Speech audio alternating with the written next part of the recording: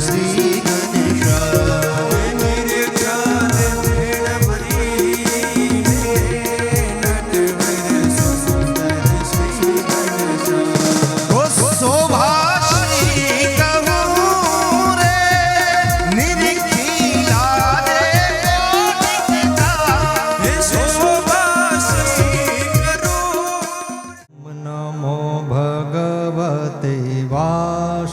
વાસુદેવાય.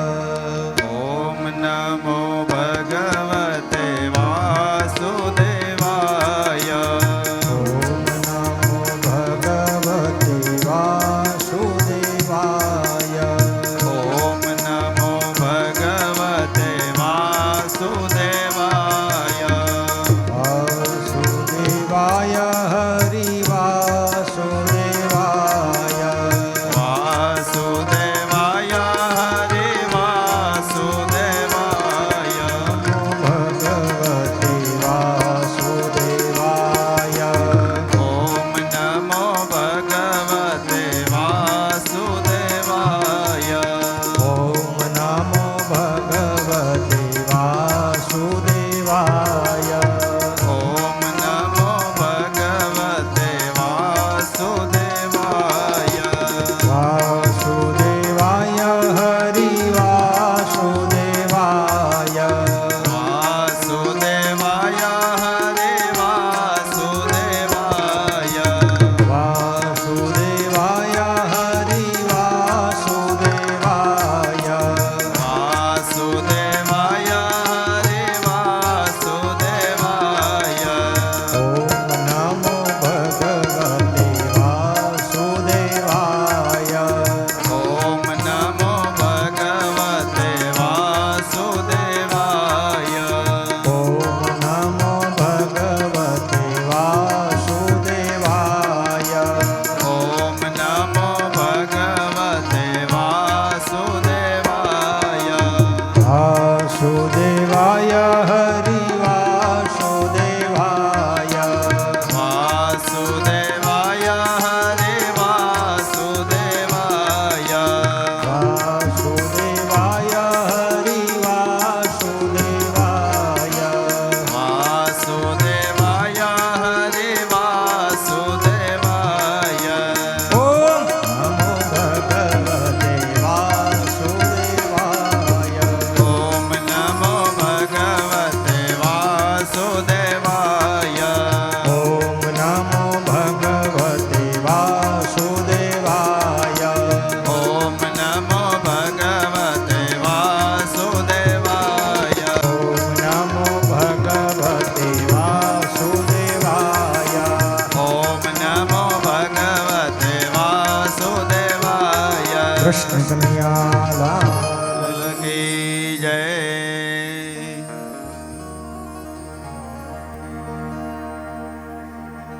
ભગવાનની શ્રીમદ ભાગવત ગાથા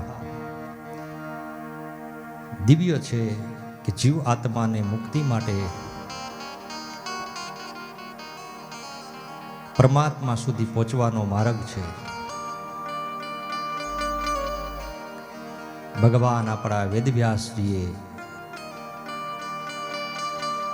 એવો ગ્રંથ રચ્યો છે કે જીવ માત્રને મુક્તિ આપે, જીવતા મુક્તિ આપે અને પિતૃઓને પણ મુક્તિ આપે. શાસ્ત્રમાં તો એમ કહે છે કે જેના પિતૃ તરી ગયા હોય ને એના આંગણામાં જ શ્રીમદ ભાગવત થાય છે. રાજા પરીક્ષિત મૃત્યુ નહોતા પામ્યા. રાજા પરીક્ષિત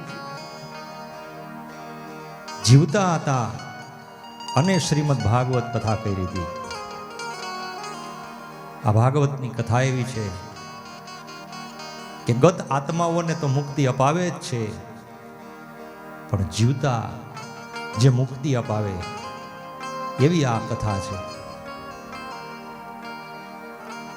અનેક અનેક જન્મોના પુણ્ય પ્રાપ્ત થાય ને ત્યારે ખાલી ભાગવત સાંભળવાનો આપણને અધિકાર પ્રાપ્ત થાય છે.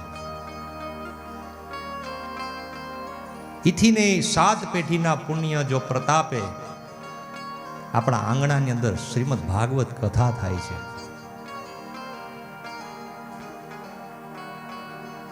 ભગવાન એક વખત ભગવાન શિવજી અને પાર્વતીજી બંને પૃથ્વી ઉપર ભ્રમણ કરવા માટે નીકળ્યા. એટલે ભગવાન ભોળાનાથના હાથમાં તો ત્રિશૂળ, ડમરું, ગળામાં સર્પ, અને માતાજી પાર્વતીજી બંને પૃથ્વી ઉપર ભ્રમણ કરે છે ને એમાં રસ્તામાં એક એવી જગ્યા આવી. ભગવાન શિવજીએ માતાજીને કીધું કે દેવી, આ ત્રિશૂળ, આ કમંડળ અને આ સર્પ થોડીક વાર પૂરતા અહીં રાખો. આપી દીધા માતાજીને. અને ભગવાન ભોળાનાથ એ જગ્યા ઉપર આરોટવા માંડ્યા.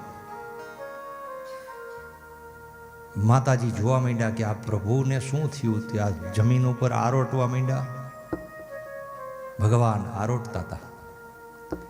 ત્યારે ભગવાન ભોળાનાથને પૂછ્યું માતાજીએ કે પ્રભુ, આનું કારણ મને સમજાણું નહીં કે અહીંયા તમે કેમ આરોટો છો. એટલે ભગવાન ભોળાનાથે એમ કીધું કે આ જગ્યા એટલી પાવનકારી છે કે આ ભૂમિની અંદર 500 વર્ષ પહેલા અહીંયા શ્રીમદ ભાગવત કથા થઈ હતી. એટલે આ ભૂમિ છે ને એ પાવનકારી છે, એટલે હું આરોટું છું. કારણ કે અહીંની જે રજ આવી જાય ને એ વ્રજ રજ છે.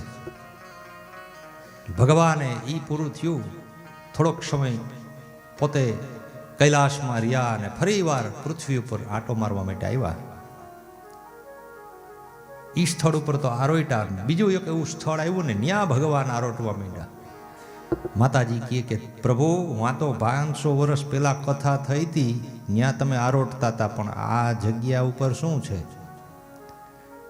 ત્યારે ભગવાન ભોળાનાથે કીધું કે હવે 500 વર્ષ પછી આ જગ્યા ઉપર કથા થવાની છે, એટલે હું આરોટું છું. જે કથાનો મંડપ હોય ને ત્યાં ભગવાન પરમાત્મા પરબ્રહ્મ ભગવાન ઠાકોરજીનો ત્યાં વાસ છે. અને જ્યાં ભગવાનનો વાસ હોય ને, આજે આપણે મંદિરોની અંદર જાય છીએ, શું કરવા જાય છીએ? કે અમને પાપમાંથી મુક્તિ અપાવો, અમારા દુઃખને દૂર કરો. તો ભગવાને તો પોતાનું સમગ્ર તેજ આ શ્રીમદ ભાગવતની અંદર પધરાવ્યું છે કે જ્યાં મારી ભાગવતજીની પોથી હશે ને ત્યાં હું સ્વયં હોઈશ. તો આજે આપણે બધા બેઠા છીએ ને તો ભગવાનની સામે બેઠા છીએ. શેના માટે? તો કે અંદરના જે કાંઈ રહેલા છે એવો કોઈ મનુષ્ય નથી કે જેનાથી પાપ ન થયા હોય. આટલો માણસ બેઠું છે, આમાંથી આપણે એમ કહીએ કે પાપ કર્યું હોય ઊંચું હાથ કરો, તો કોઈ કરે? કોઈ ન કરે. પછી આપણે એમ કહીએ કે હવે કોઈ પાપ જ ન કર્યા હોય જિંદગીમાં, તો ઊંચું હાથ કરો, તોય નહીં કરે. પાપ કર્યા છે પણ કેવું નથી. પાપમાંથી મુક્તિ મેળવવા માટેનો એક જ માર્ગ છે. રાજા પરીક્ષિતને સુખદેવજી મહારાજ કહે છે કે પાપનો પોકાર કરો. રાજા પરીક્ષિતજીએ ભગવાન સુખદેવજી મહારાજની સમક્ષ એમ નથી કીધું કે હું મોટો રાજા હતો, હું રાજા પરીક્ષિત છું અને હું આમ છું ને અમારા વંશ જો આવા છે ને તેવા છે ને અમે પૈસાવાળા છીએ, એવી કોઈ વાત એને નથી કરી. પણ સુખદેવજી મહારાજની પાસે જઈ બે હાથ જોડી નમ્રતાથી એને કીધું કે પ્રભુ, હું અધર્મી છું, હું કર્મહીન છું, મેં મારા જીવનમાં પાપ કર્યા છે. તો એ પાપનો પોકાર કરીએ ને તો એમાંથી આપણને મુક્તિ મળે. હવે આ બધી વાતો આપણે એમ કે સતયુગની છે, તો આ યુગની અંદર જ આપણે આ કચ્છની ધરતીની અંદર જેસલ જાડેજા થઈ ગયા. એને તોરલે શું કીધું? એ કે ભલે પાપ કર્યા, તને 1 સેકન્ડમાં હું તારી દઈ શકે, પણ એક વખત માંડ બોલવા. તઈએ જાડેજાએ બધાય પાપનું વર્ણન કર્યું હતું. કેટલા કેટલા પાપ કર્યા છે ને એનું, કે જેટલા મથેજા વાળ સતી રાણી એટલા મેં કુકર્મ કર્યા. તોરલેને બીજું કાંઈ કીધું જ નહીં કે પાપ તારું પ્રકાશ જાડેજા, ધર્મ તારો સંભાળ રે, તારી બેડલીને બુડવા નહીં દઈએ ઝાડે જારે કે તારી બેરડીને હું બુડવા નહીં દઉં. સદગુરુ રૂપી કોઈ સંત આવી જાય, ઈશ્વરની કોઈ કૃપા થઈ જાય તો ભગવાનના સાનિધ્યમાં ગયા હોય ને તો આપણી બેરડીને બુડવા ન દઈએ. પણ આપણે બોલવું પડે કે મેં પાપ કર્યા. આ રાજા પરીક્ષિત એમ કહે છે કે મેં પાપ કર્યા. અને ઝાડે જાય તો સ્વીકારી લીધું. જેટલા મથે જા વાડ સતી રાણી, જેટલા મથે જા વાડ રે, એટલા કુકર્મ કર્યા મેં. જેટલા મારા માથાના વાળ છે ને એટલા મેં કુકર્મ કર્યા છે. એવો કોઈ મનુષ્ય નથી કે જેને જીવનમાં પાપ ન કર્યા હોય. આપણા જીવનથી જાણતા અજાણતા વાદિકર્મથી, વાસ્તુવાથી, વાણીથી, હાથથી, પગથી, નાકથી, સ્પર્શથી, સાંભળવાથી, મનથી કરોડો ગણા પાપ થાય છે. પાપના પ્રાશ્ચિત માટે ભગવાનની પાસે સવારમાં આપણે મંદિરે જાય કે ઘરના મંદિરમાં દીવો કરીએ ને ત્યારે ભગવાન પરમાત્માને કહેવું પડે આપણે જેટલા કર્યા હોય ને કુકર્મ, ખોટું કોઈનું કર્યું, ખોટું કોઈનું લઈ આવ્યા છે, તો ભગવાનને પ્રાર્થના કરીને કહેવાનું કે હે પરમાત્મા, મારાથી જે કાંઈ પાપ થયા છે ને એ પાપમાંથી મુક્તિ આપો. એની પાસે ગાડી માગવાની ન હોય, એની પાસે બંગલો માગવાનો ન હોય, એની પાસે સત્તા માગવાની ન હોય. ભગવાને વગર માંગી આપણને આપી દીધું છે. આવી કરોડોની કાયા આપી દીધી છે. રાજા પરીક્ષિતને 7 દિવસમાં મૃત્યુ આવવાનું હતું, પણ રાજા પરીક્ષિતને ખબર પડી ગઈ કે હું 7મે દિવસે મરવાનો છું. અને પરીક્ષિતજીએ શું કર્યું તો કે રાજર્ષિમાંથી દેવર્ષિ બની ગયા. બધું છોડી કરવીને ગંગાના કિનારે વયા ગયા. આપણે છોડીએ નહીં. કદાચ બાટલા ચડતા હોય, વેન્ટિલેટર ઉપર હોય ને તોય એમ કહે કે હજી માં ફાઇલ પડી છે, ન છોડી શકે. ભગવાને આપણને આ કેવું યુગ છે જો તમે, ડોક્ટરો બાટલા ચડાવે ને ઊંધા ચડાવે આપણને. એક દી એક સાહેબ અમારા જાણીતા રાજકોટની અંદર છે, શાંતિ મલ્ટી હોસ્પિટલમાં, એને મેં કીધું સાહેબ, મેં કીધું આપણે યજમાન છે મારા, મેં કીધું આ બાટલાની મને સમજાતું નથી, બાટલા ઊંધા કેમ ચડાવો તમે બધા? મને કહેતા કે તમે કથાકાર છો એટલે તમને કે તમારી ભાષામાં સમજાવો કે ઊંધા કામ કરીને આવે ને એને ઊંધા જ ચડે કે. બાટલાને મેં કીધું આમ હવડો રાખો તમે, એમાં સોય ભરાવો તોય પાણી તો આવે જ. એ કે તોય ન ચડાવી અમે, હવડો ભરાવો તોય આવે પાણી. મેં કીધું આમાં ભરાવો તો સીધો બાટલો કર્યો ને એમાં ભરાવી. પછી મને કે જો આવે હે ને, મેં કીધું આ તોય તમે શું કામ? કે નહીં, કે આ લોકો આડોડાય છે એટલે અમે આડોડાઈ કર્યું છીએ એની હારે બધાએ. એ લોકોને સારા કામ સવડા કરવા નથી એટલે અમે અવડા કામમાં એને અવડા બાટલા ચડાવીએ. જેવું આપણે કર્મ કરીએ ને એવું પરમાત્મા આપણને ફળ આપે છે. આપણે એમ કહીએ કે ભગવાને અમારું ખરાબ કર્યું ને ભગવાને અમારું આ કર્યું. ભગવાન કાંઈ ખરાબ કોઈનું નથી કરતા. આપણા મનની અંદર જે ગ્રંથિ બંધાયેલી છે ને એને છોડવાની છે. ને આ ગાંઠ છે ને, આ 7 દિવસની ગાંઠ કઈ છે? ગાંઠ વાસનાની ગાંઠ છે. મોહ, લોભ, ક્રોધ, કામ, આ બધી વસ્તુની ગાંઠું છે, એને તોડવાની છે. અને એ તૂટે ક્યારે? તો કે આવા ભગવાનના નામમાં જાય, ભગવાનના નામની કથા સાંભળીએ. ભગવાને તો એટલા લોકોને તાર્યા, ભગવાન કૃષ્ણ પરમાત્મા હતા ત્યારે એને તાર્યા, પણ હવે તો ભગવાનના નામથી કેટલાય તરે છે. ભગવાનની એવી કથા દિવ્ય છે. આ દિવ્ય કથા છે કેના માટે છે? તો કે પિતૃઓના ઉદ્ધાર માટે છે, પિતૃઓને સદગતિ આપવા માટે છે. કે જેના જીવનની અંદર અખાટ પરિવારની અંદર આપણે આ શ્રીમદ ભાગવત કથાની આયોજન કર્યું. તો કેના માટે કર્યું? તો કે આ કથા એવી કરી છે ને, કથા તો બધી કરવા ગયા જ છીએ અમે. આ તમારી કથા 72મી કથા છે. કેટલામી? 72. એમાં 5 વાર તો આ જ સમાજમાં હું આવી ગયો. અહીંયા તમારા સમાજ કડવા પાટીદાર સમાજની અંદર હું આ 4થી 5મી વાર આવ્યો. ભાલોડિયા પરિવારમાં કથા હતી, સાપરિયા પરિવારમાં કથા હતી, ખાંટ પરિવારમાં બીજી વાર આવ્યો. હજી એનું ખાંટ પરિવારનું કવર આમાં ને આમાં છે. એ આજ મેં જોયું ને તો ખબર પડી. મેં કીધું આ ખાંટ પરિવારનું 7 વર્ષ પહેલાનું કવર હજી એમનેમ છે. આની નોટે બંધ થઈ ગઈ, ઓલી 500 વાળી ઓલી હતી ને એ આમાં ને આમાં પડી, ભૂલાઈ ગઈ. એટલે હજી મેં રાખી છે. આમાં જોયું, મેં કીધું દાદા, મેં કીધું આ નોટું તો આપણે બંધ થઈ ગઈ છે. જો આ રહી આમ નમ નીકળી હોય આમાંથી. એને કાંઈક 7 વર્ષ થયા છે આપણે કરી છે ને. એનો છોકરો અત્યારે 7-8 વર્ષનો તો થઈ ગયો. આવી રીતના આ ખાટ પરિવારની અંદર પિતૃના ઉદ્ધાર માટે કરી. પણ પિતૃ કેવી રીતે કરી છે તો કે સીડીભાઈએ કથા કરી છે ને એ આનંદથી કથા કરી છે, નડતરથી નથી કરી. એવી કથા કરનારા અમુક જ હોય. પૂરેપૂરી કડતર શરીરમાં થાય ને ત્યાં કથા થાય.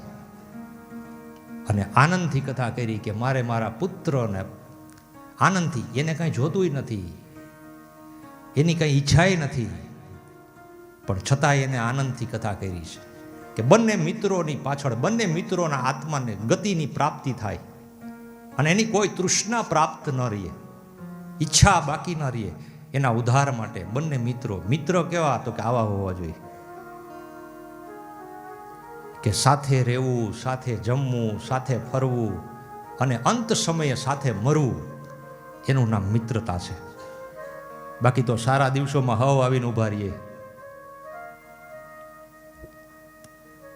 અંત સમય સુધી ભેગા રહ્યા બંને મિત્રો. જીવનમાં શું લઈને ગયા પણ એની યાદ એવી મૂકતા ગયા કે જ્યાં સુધી લોકોએ જોયેલા છે એ લોકો એને જોવે ને એને યાદ કરે ને તો એનું હૃદય કંપી ઉઠે. એવું જીવન જીવીને ગયા છે. તો એની કૃપા છે તમારા લોકો માથે. તમારી કૃપા એની માથે નથી કે તમે એની પાછળ ભાગવત કથા કરી. નહીં, એને એવો વિચાર કર્યો, બંને મિત્રોએ એવો વિચાર કર્યો કે મારા પરિવારને હું ભાગવત કથા સંભળાવીશ. વિચારો તમે, આજ એના નિમિત્ત એને બનાવી. જેમ આ ભાગવત કથા કેને નિમિત્ત બનાવી તો કે રાજા પરીક્ષિતને નિમિત્ત બનાવ્યા.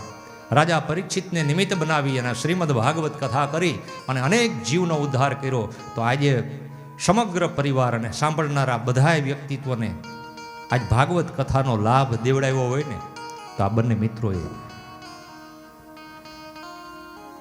જીવનની અંદર આપત્તિ અને વિપત્તિ જીવનમાં આવતી રહેવાની છે, પણ પરમાત્મા જેની ભેગા હોય એને એ દુઃખ સહન કરવાની શક્તિ આપે છે. આમ ભગવાને શ્રીમદ ભાગવતની અંદર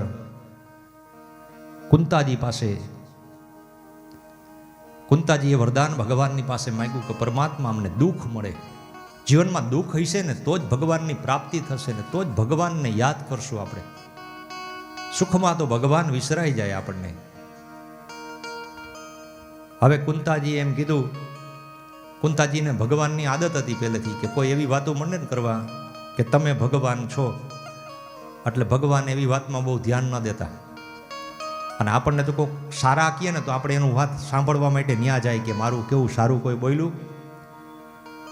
જસ બધાયને લેવો છે, અબજસ કોઈને નથી લેવો. આખું કુરુક્ષેત્રનું મેદાન રચાણું, એની અંદર ભગવાન કૃષ્ણ પરમાત્મા જો ન હોત તો અર્જુન તો ઠીક પણ કોઈની સત્તા નહોતી કે એ કૌરવોને જીતી શકે. ખાલી વિચાર કરો, 5 પાંડવો હોય ને 100 કૌરવો. હવે 100 માણસો આમથી દોડતું આવે ને તીરે ન લગાડવું પડે, એમને માણા મૃત્યુ પામે. પણ જેની ભેગો ભગવાન હતા ને એની જીત નિશ્ચિત છે. આજે દ્રૌપદી કુંતાજીએ ભગવાનની પાસે માંગ્યું કે અમારા જીવનમાં દુઃખ હતું ને ત્યાં સુધી તમે અમારી ભેગા હતા, હવે સુખનો વારો આવ્યો એટલે તમે અમારાથી દૂર જાઓ છો. પ્રભુ અમને છે ને છોડીને ન જાઓ, પણ અમારા જીવનમાં દુઃખ આપો. બસ તકલીફો આવે તો જ આપણને ભગવાનની માળા વધારે કરીએ, આપણે વધારે માનતાઓ કરીએ, વધારે હાલીને જાય ને ક્યાંક દેવ દર્શને જવા માંડીને તકલીફ પડે તો. સારા દિવસોમાં તો યાદ ના આવે, પણ ભગવાન એમ કહે છે કે સારા દિવસોમાં જો તમે મને યાદ કરશો તો તમારા માટે હું જીવનમાં ક્યારેય ખરાબ દિવસ આવવા જ નહીં દઉં. આ રીતે કુંતાજી માગે છે અને ભગવાન કે છે ફૈબા આવી વાત બધી છોડ છે, હવે આનંદ કરો, હવે તમારા દીકરાને રાજા બનાવો હસ્તિનાપુરની અંદર અને તમે રાજ કરો, આવી વાતો કરો માં દુઃખની. હવે સુખના દિવસો આવ્યા, અત્યાર સુધી દુઃખ ભોગવા. ફૈબાને એવી રીતે સમજાવીને ફૈબાને માથે હાથ રાખી અને અંદર લઈ આવ્યા. એ કે હાલો આજનો દી હું રોકાઈ જાઉં છું. કે કુંતાજી આનંદમાં આવી ગયા કે કૃષ્ણ મારે હિસાબે પાછો આવ્યો છે. તો દ્રૌપદીજીએ કીધું કે ના ના, એ કે તમારા માટે નથી આવ્યો, એ મારો ભાઈ છે ને. એ કે એટલે એને એમ થયું કે હું બેનને મળીને જાઉં, એટલે રોકાઈ ગયા આજ ભગવાન. સુભદ્રાજી કહે છે કે નહીં નહીં, એ કે તું તો એ કે ઓમ બેન છો, રાખડી બાંધેલી, હું તો એની સગી બેન છું. એ કે મારે હિસાબે એ આવ્યા છે પાછા. બધા માંડ્યા કેવા મારે હિસાબે આવ્યા, મારે હિસાબે આવ્યા. પણ ભગવાન કહે છે કે હું તમારા માટે નથી આવ્યો. કેના માટે આવ્યો? તો કે હું મારા ભીષ્મ પિતા માટે આવ્યો છું. ભીષ્મ પિતા બાણ સયા ઉપર પડ્યા છે અને એ બાણ સયા ઉપર એને વચન આપ્યું હતું ભગવાને કે અંત સમય તમારો આવશે ને ત્યારે હું તમારી પાસે આવીશ.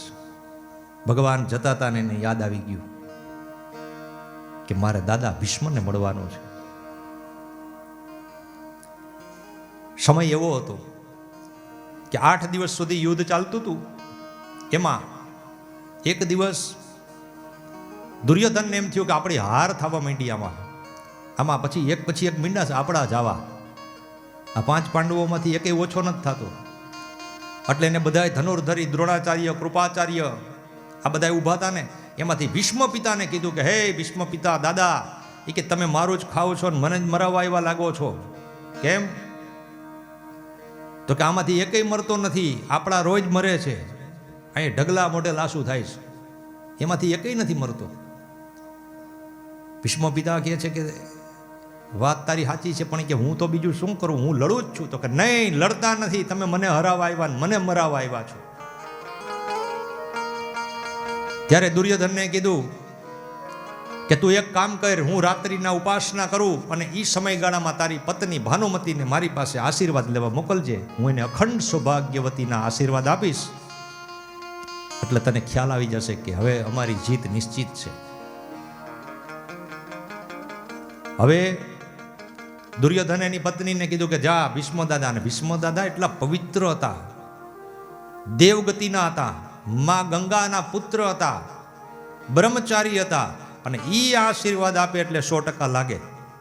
ઈ ભગવાન કૃષ્ણ ભગવાનને ખબર પડી ગઈ કે આ દાદા જો એને આશીર્વાદ દઈ દે ને તો ઓટલો વરી જાય આપણો બધોય, તો દુર્યોધન રહી જાય ને આમાંથી એકાદો જાય.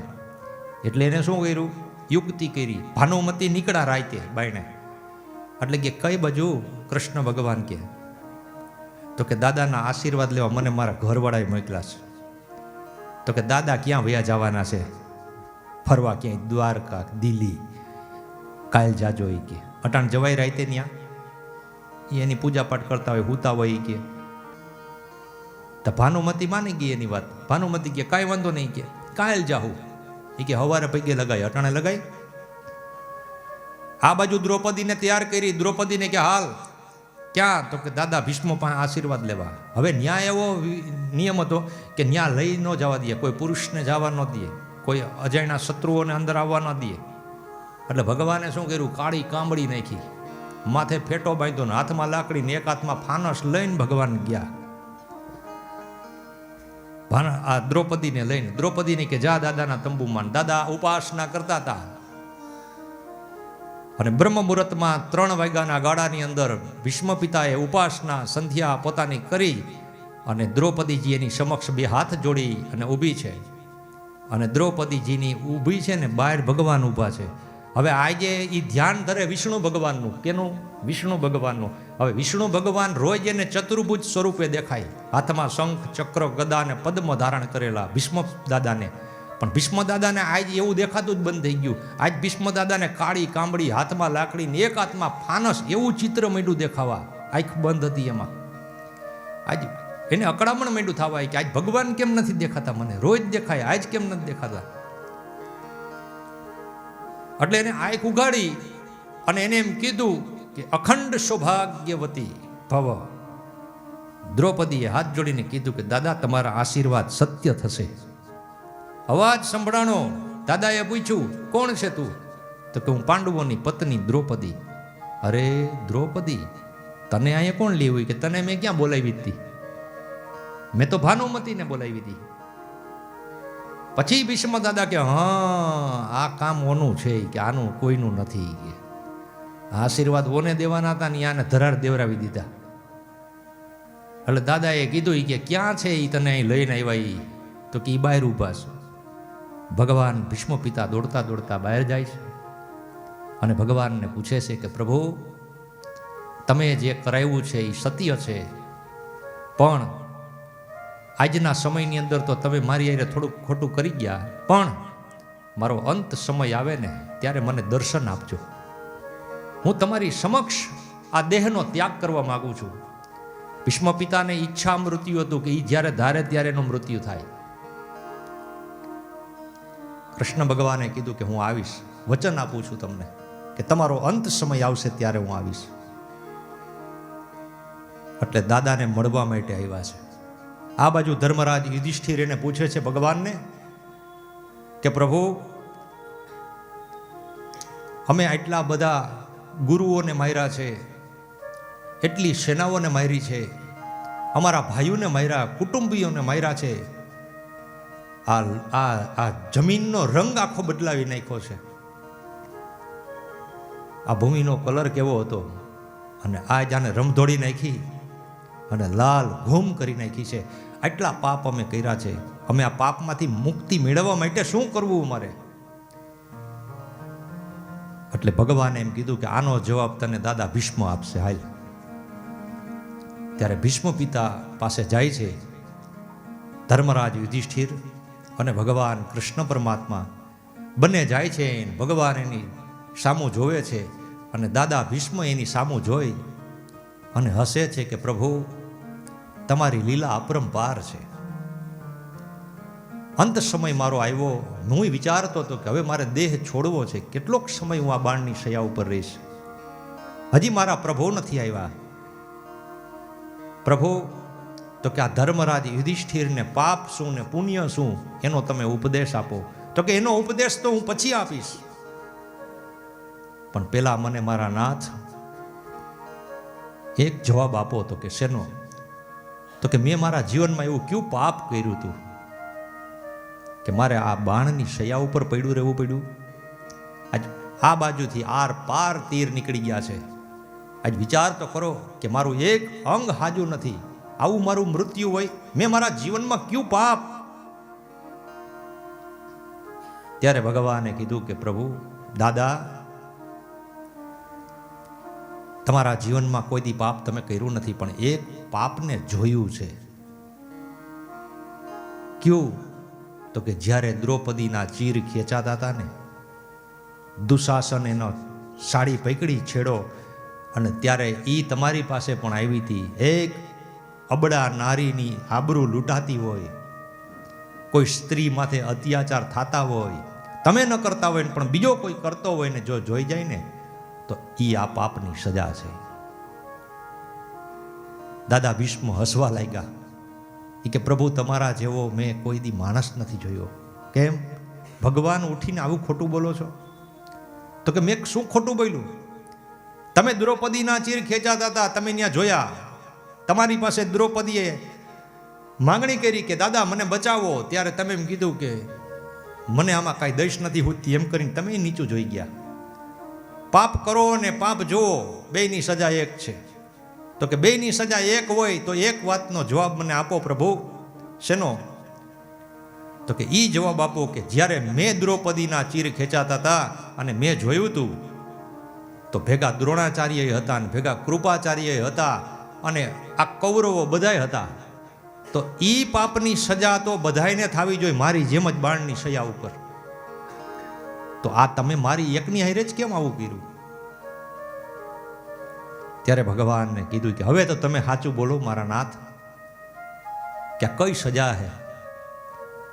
ત્યારે ભગવાને એમ કીધું કે આજથી 100 જન્મ પહેલા તમે એકવાર મહારાજા હતા, રાજા હતા. તમે તમારો રથ લઈને જતા હતા, એમાં રસ્તામાં એક મોટો સર્પ પડ્યો હતો. કે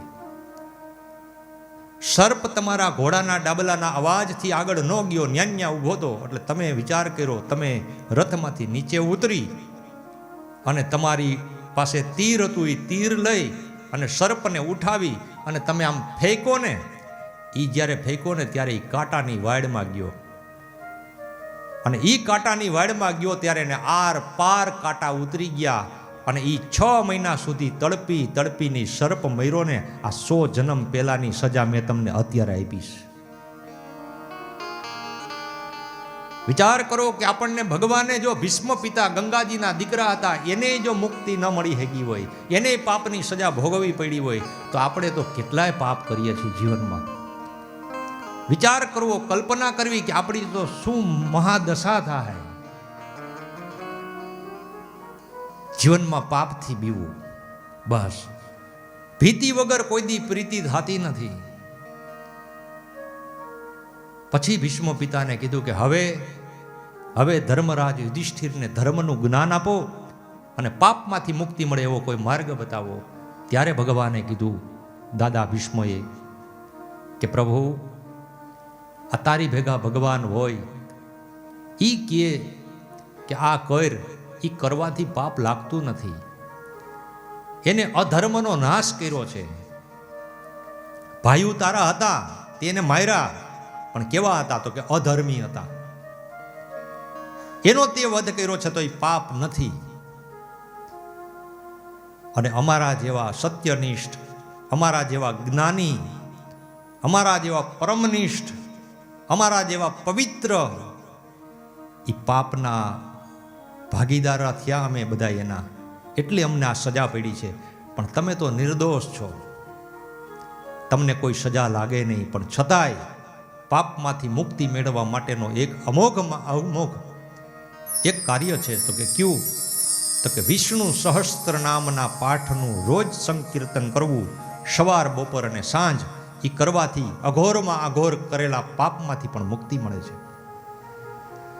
વિષ્ણુ સહસ્ત્ર નામનો પાઠ, યસ્ય સ્મરણ માત્રેણ જન્મ સંસાર બંધનાતમ વિમુચ્યતે નમસ્તસ્મે વિષ્ણવે પ્રભ વિષ્ણવે. યસ્ય એટલે કે આ સ્મરણ માત્રેણ, એનું સ્મરણ માત્ર કરવાથી જન્મ સંસાર બંધનાતમ, જન્મ સંસારના બંધનમાંથી આપણને મુક્તિ મળે છે. અને શિવ મહિમન સ્તોત્રનો પાઠ કરવો. ધર્મરાજ યુધિષ્ઠિર આ રીતે કરી અને ત્યારબાદ ઉત્તરાયણને દિવસે ભીષ્મ દાદાએ પોતાના દેહનો ત્યાગ કર્યો. અને આ બાજુ ભગવાન હસ્તિનાપુરની અંદર આવી અને બધાએ રાજા ધર્મનિષ્ઠ યુધિષ્ઠિર રાજાને રાજગાદી ઉપર બિરાજમાન કરી. અને પછી ભગવાન કહેવા લાગ્યા, કે હવે ભગવાનને પૂછે છે કે તમારું મન કેમ વિચલિત લાગે છે? તો કે વિચલિત તો લાગે જ ને, કારણ કે કેટલા ટાઈમથી હું અહીં પડ્યો છું. આજે આપણે ગમે ત્યાં ગયા હોય, કોકની ઘરે રોકાણા હોય તો મજા ન આવે, આપણને તો ઘરે જાય સારું. એમ ભગવાનને એવું થવા માંડ્યું કે હવે હું મારી ઘરે જાઉં.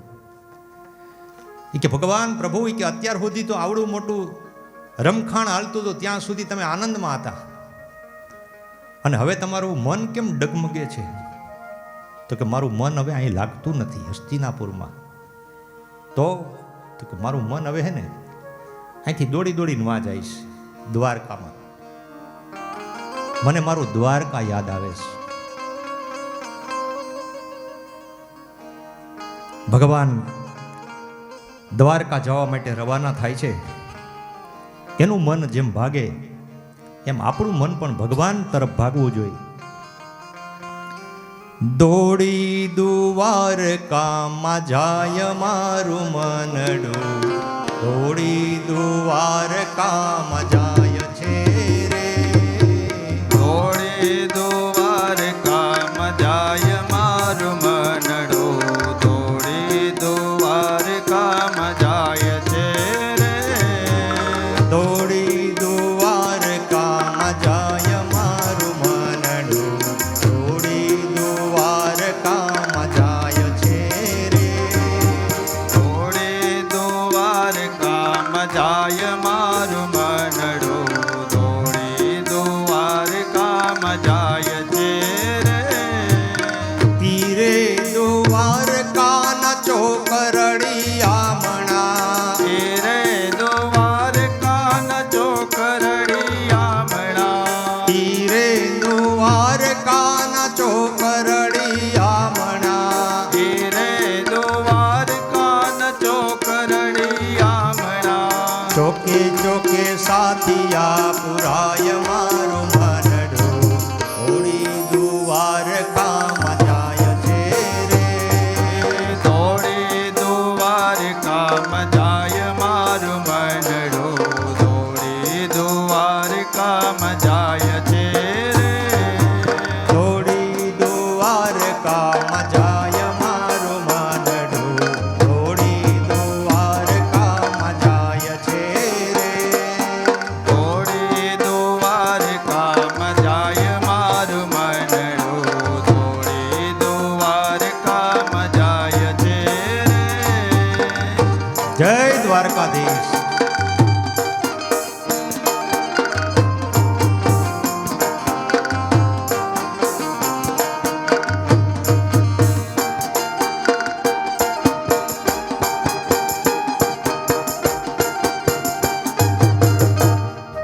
જય હો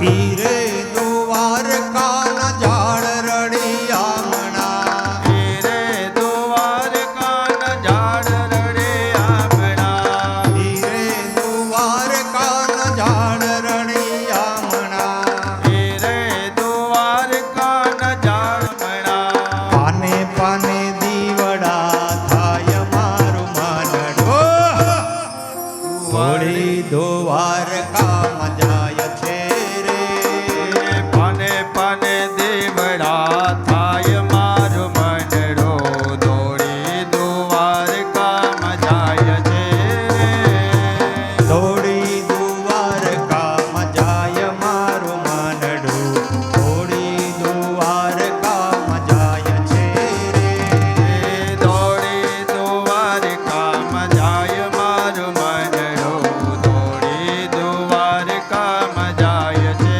રે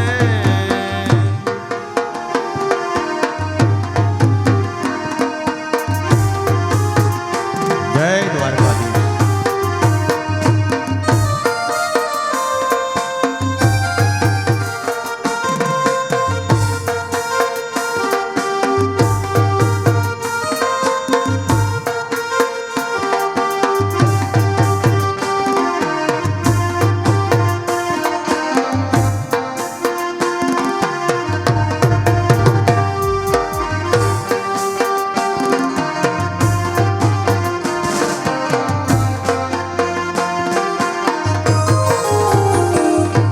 તીરે દ્વારકાનો ઘાટ રડિયામણો એ રે દ્વારકાનો ઘાટ રડિયામણો તીરે દ્વારકાનો ઘાટ રડિયામણો એ રે દ્વારકાનો ઘાટ રડિયામણો સ્નાન કરી પાવન થાય મારું મનડું દોડી દ્વારકામાં જાય છે રે સ્નાન કરી પાવન થાય મારું મનડું દોડી દ્વારકામાં જાય છે રે થોડી દ્વારકામાં જાય મારું મનડું થોડી દ્વારકામાં જાય છે રે દોડી દ્વારકામાં જાય મારું મનડું દોડી દ્વારકામાં જાય છે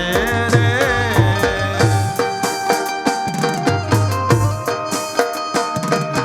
જય દ્વારકાધીશ